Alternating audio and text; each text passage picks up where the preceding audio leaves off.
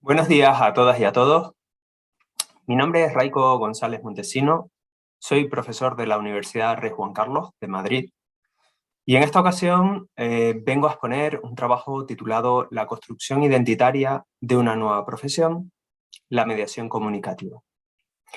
En primer lugar, me gustaría agradecer al comité organizador de este segundo Congreso Internacional Identidades, Inclusión y Desigualdad, por permitirme ser partícipe del mismo.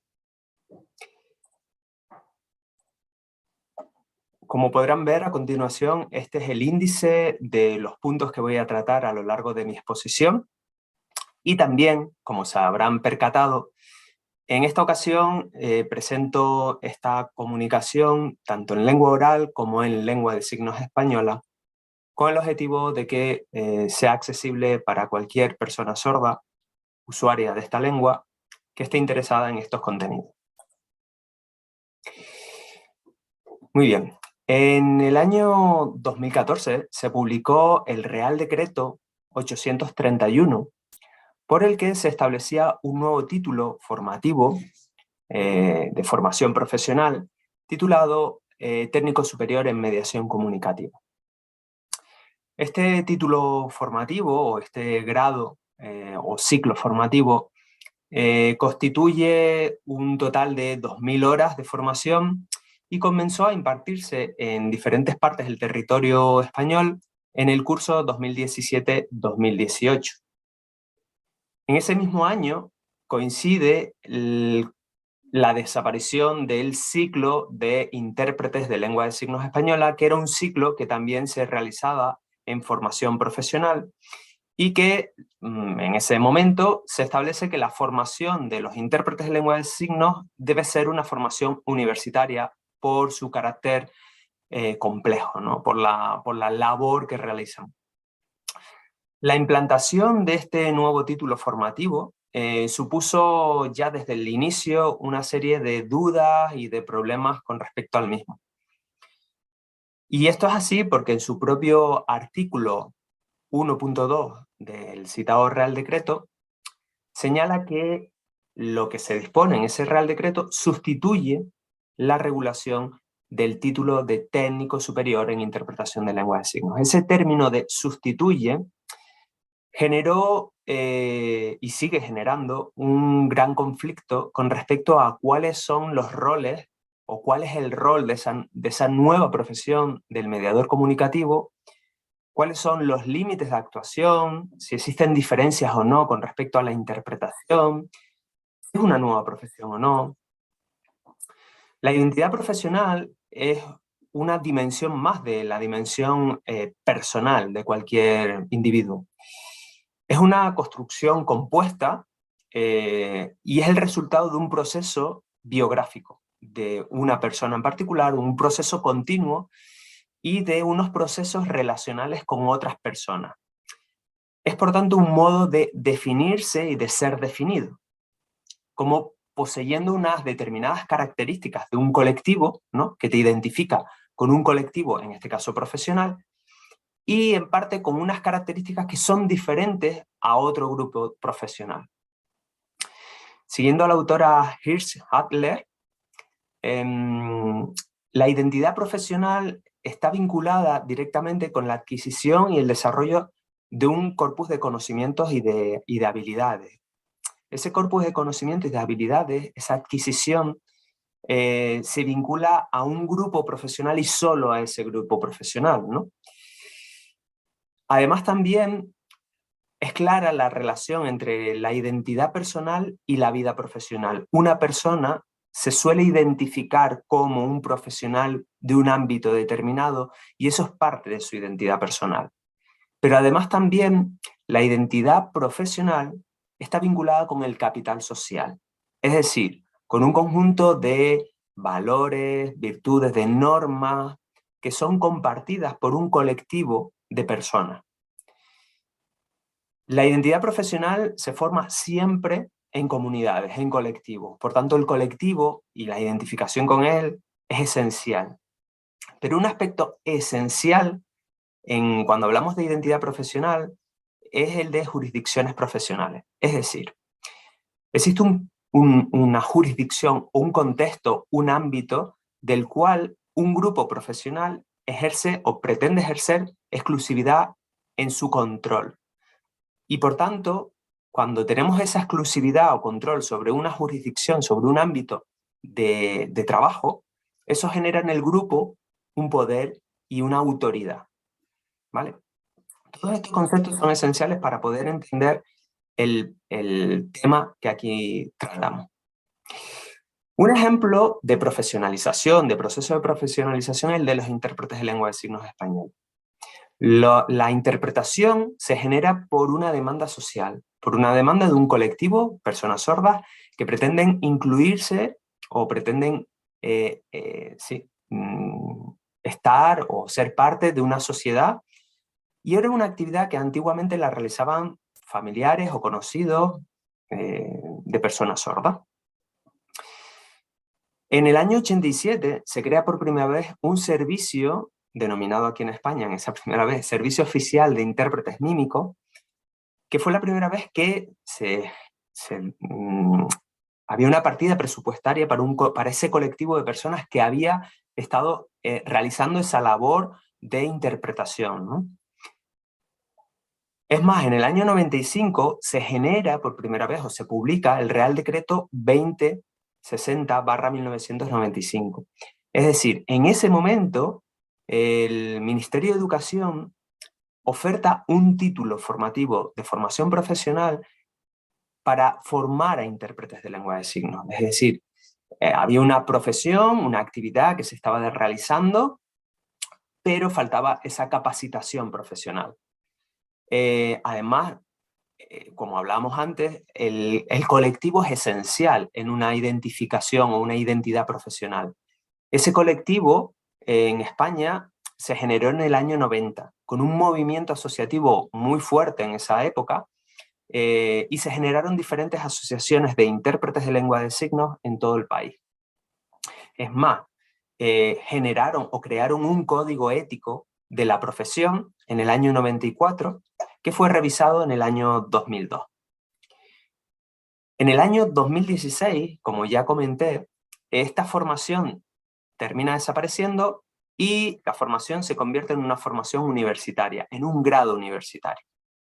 Pero es que además existe una ley, que es la Ley 27/2007, que define la labor del intérprete de lengua de signos y también algunos de sus ámbitos de empleo, como servicios públicos vinculados a instituciones, en el ámbito educativo esencial, conferencias, etc. ¿Qué ocurre con la mediación comunicativa? Pues el mediador comunicativo es un profesional cuya labor es servir de apoyo y facilitar la autonomía de las personas sordas, sordociegas o con problemas de comunicación. Y por tanto, esa labor la van a realizar en diferentes ámbitos, en asociaciones y federaciones de personas sordas y sordociegas, en centros educativos, en entidades públicas. Como vemos en la primera parte, ese apoyo que facilita la autonomía, lo que hablábamos antes del artículo en el que aparece ese término de sustituye el título de intérprete, hizo que las diferentes entidades de personas sordas y de sordociegas y de intérpretes trataran de esclarecer y diferenciar ambas profesiones. Según un manifiesto de estas entidades del año 2017, la principal diferencia entre estos dos profesionales es que el intérprete realiza una interpretación lingüística, simplemente, ¿no? Mientras que en el caso del mediador comunicativo hace tareas en las cuales trata de desarrollar y apoyar la comunicación, la orientación, dinamiza, acompaña, ¿no? Cuestiones de este tipo, y además también trata de promocionar y sensibilizar a la sociedad, ¿no? Promocionar al colectivo de personas sordas, sordociegas o con problemas de comunicación. Sin embargo, en los últimos años hemos visto que se ha dado por parte de las instituciones públicas ofertas de empleo que solicitaban intérpretes de lenguas de signos para, en este caso, contexto educativo, en el cual uno de los requisitos era tener el título de mediador comunicativo o de mediación comunicativa, generando, por tanto, una serie de situaciones conflictivas entre el colectivo de intérpretes y el colectivo de mediadores comunicativos. La cuestión que me planteo es que, a diferencia de la interpretación de la lengua de signos, parece que esa generación o esa oferta de un título de formación profesional de mediación comunicativa se genera por parte de las instituciones públicas sin que haya una demanda social, parece. ¿O es que sí que existía esa demanda? ¿Había una oferta de puestos de trabajo o se generaron después? ¿Es una labor o una profesión diferente a la del intérprete? ¿Se ha generado, por tanto, estamos ante una lucha jurisdiccional, es decir, de un ámbito, de un contexto de empleo, y por tanto hay una lucha entre dos colectivos? Mi opinión o mi hipótesis es que la profesionalización de la mediación comunicativa está siguiendo el proceso inverso al que recorrió la interpretación de lenguas de signos. Es decir, de arriba abajo y no de abajo arriba. Con ello quiero decir que se ha generado una formación reglada desde los estamentos públicos que acredita un grupo de profesionales, y a posteriori se está tratando de generar esa necesidad social y además los puestos de trabajo. Pero lo que me planteo es, ¿tienen las propias mediadoras comunicativas claras las diferencias con las intérpretes de lenguas de signos? ¿Conocen ellas cuáles son sus límites y cuáles son los límites entre ambas profesiones, las competencias vinculadas a cada una de ellas? Muy bien. Pues para ello he planteado un pequeño estudio exploratorio cuyo objetivo es definir los aspectos que determinan la identidad profesional de las mediadoras comunicativas desde su propia perspectiva y también concretar cuáles son los límites profesionales de la mediación comunicativa con la interpretación signada. El método planteado es un método cualitativo y la metodología de investigación ha sido el grupo de discusión. Los participantes, que fueron seleccionados por conveniencia, fueron 8 mediadores comunicativos que en ese momento estaban comenzando a formarse como intérpretes de lengua de signos en el grado de lengua de signos y comunidad sorda de la Universidad Rey Juan Carlos. Y seleccioné a este colectivo porque estaban empezando su formación como intérpretes y por tanto desconocían en profundidad a esta nueva figura o a esta otra figura profesional de intérpretes de lengua de signos. La fecha en la que se realizó este grupo de discusión fue el 11 de noviembre de 2021 y, aunque en un principio se planteó como un grupo o una discusión de unos 45 minutos, finalmente llegó a ser de casi 1 hora y media de duración. Se realizó vía online a través del Microsoft Teams, lo que permitió realizar una grabación para después hacer un análisis de los resultados. Para ello, y teniendo en cuenta que podía darse algún momento en el cual no se mantuviera la dinámica, se generaron una serie de preguntas y de temas a tratar. Los resultados fueron muy amplios, muy ricos, el clima generado en el grupo de discusión fue cálido, relajado, hablaron con naturalidad, y los temas que se trataron fueron diferentes. Competencias, capacidades a desarrollar en la formación, las asignaturas, la relevancia que tuvieron en su formación de la lengua de signos, si habían realizado formación en interpretación, etc.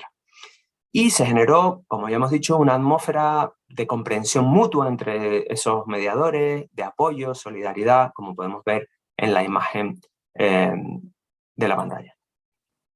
Las principales conclusiones, o algunas de las que se dieron, es que estos mediadores comunicativos sí que consideran que la mediación es una profesión necesaria, porque responde a las necesidades de muchas personas y en diferentes ámbitos de actuación.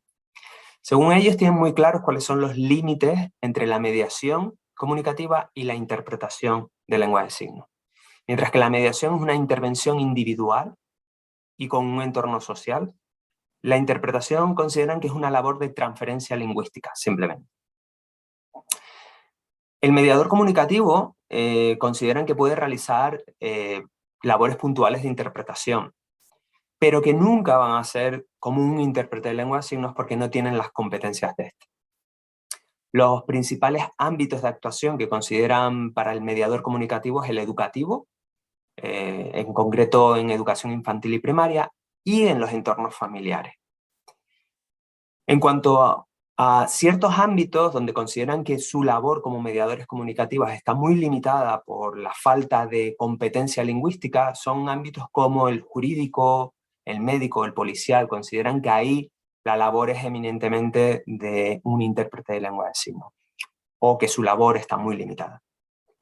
Y por último, consideran que es una profesión nueva, una profesión realmente que tiene problemas de inserción laboral por ser tan nueva y que es necesario trabajar en un mayor reconocimiento social y sobre todo en la diferenciación con el perfil del intérprete de lengua de signos.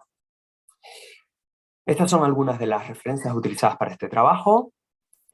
Y por último, muchísimas gracias por su atención, y aquí tienen pues mi correo electrónico y mi Twitter por si quieren ponerse en contacto conmigo. Gracias.